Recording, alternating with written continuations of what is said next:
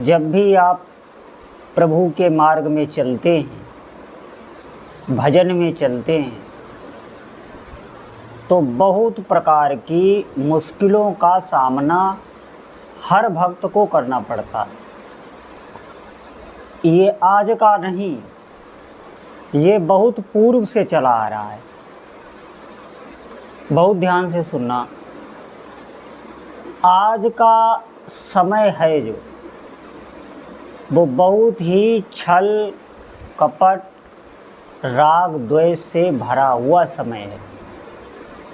आज का जो वातावरण है, आज का जो माहौल बना हुआ है, इतनी चमक दमक ऐसे माहौल में जो है नहीं वो दिखाया जा रहा है, और जो दिखाया जा रहा है वो है नहीं।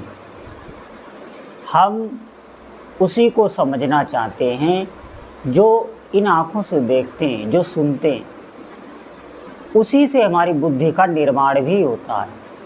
बहुत ध्यान से सुनना।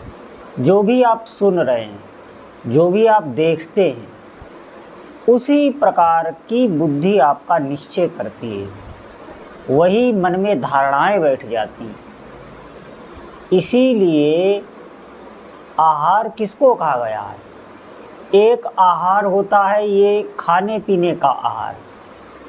इस आहार का भी महत्व है। ऐसा नहीं है इस आहार का महत्व ना हो कि आप कुछ भी खाने लग जाएं, लेकिन इससे भी अधिक उस आहार का महत्व है जो हम आँखों से देखते हैं, इन कानों से सुनते हैं। ये आहार बहुत महत्वपूर्ण है। वैसे ही आप बन जाते हैं। अगर आप मेरी बात पर विश्वास ना करें तो आप कुछ गलत सुनने लग जाएं। जहाँ भी आपकी श्रद्धा है, मैं एक उदाहरण के तौर पर आपको बता रहा हूँ, जहाँ भी आपकी श्रद्धा है उनके बारे में आप गलत सुनने लग जाएं तो आप कुछ ही समय में देखेंगे आपके भीतर संशय प्रकट हो जाएगा। इसीलिए सबसे बड़ा आहार है कि हम क्या सुन रहे हैं, हम क्या देख रहे हैं। और आजकल का जो वातावरण है वो इतना माया से ग्रसित है, इतना ज़्यादा प्रलोभन आपकी आँखों को दिया जाता है, आपके कानों को दिया जाता है, प्रलोभन, लोभ, कि वैसे ही हमारा चित्त जो है वो विषयों से भरा हुआ है पहले से ही। ये बात को हमको मानना पड़ेगा। हम बहुत जन्मों से विषयों को भोगते आए हैं, और जब आपको प्रलोभन मिलता है, जब ऐसी वस्तुएं, ऐसे दृश्य आपके सामने रखे जाएंगे, तो आप ध्यान दें आप कैसे बच पाएंगे। अगर आपके पास अध्यात्म बल नहीं है। बहुत लोग कहते हैं साधना से क्या होगा, हम जो करेंगे उससे होगा। देखिए, होगा तो करने से ही। आपको हाथ पैर भगवान ने बरतने के लिए ही दिए, ये रखने के लिए नहीं दिए। लेकिन ये हाथ पैर चलते कैसे हैं? ये चलते वैसे ही हैं जैसा आपका अंतःकरण होगा, जो आप सोचोगे, जैसा आपका चिंतन होगा, वैसे ही आप क्रियाशील होने लगोगे। अगर आपके पास अध्यात्म बल है, आपके पास भजन है, तो एक बात आप ध्यान रखना, इस कलयुग की किसी भी कुचाल से आप पर कोई भी फर्क नहीं पड़ सकता। आपको कोई गिरा नहीं सकता, आपका पतन हो ही नहीं सकता।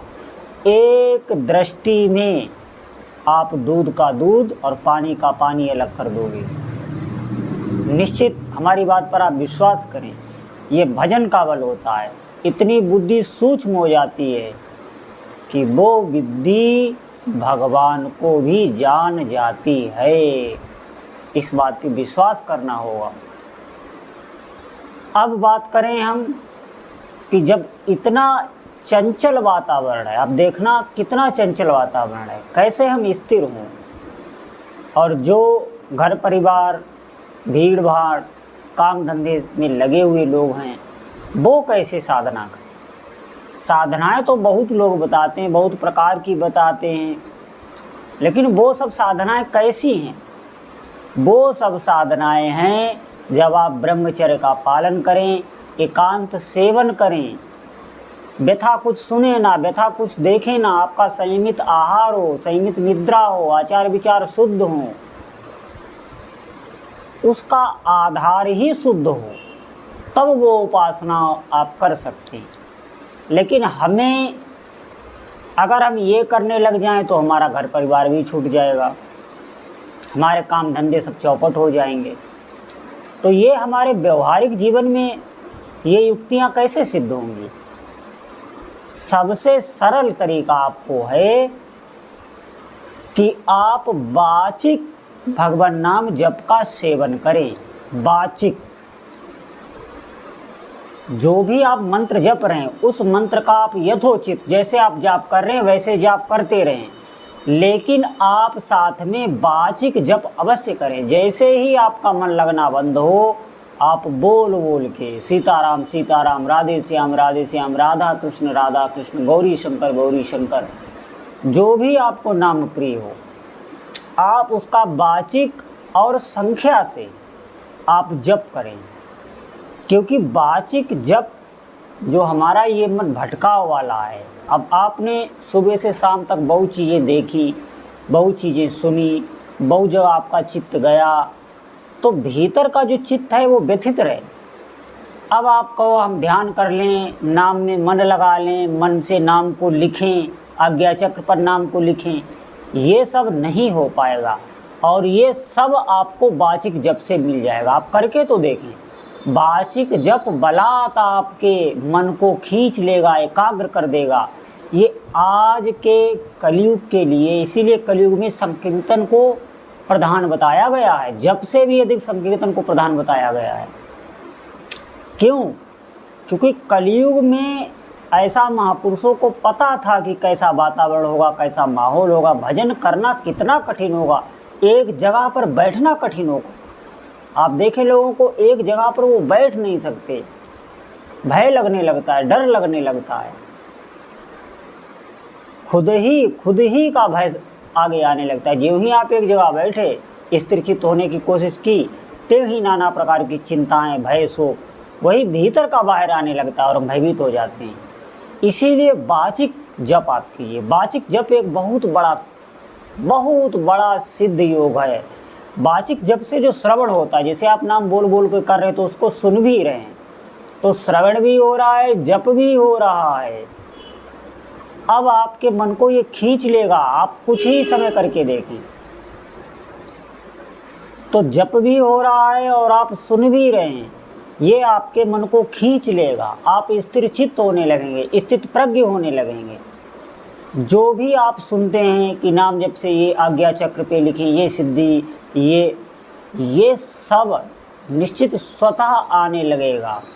जबकि ये क्रियाएं अलग अलग हैं, आप ऐसे समझें।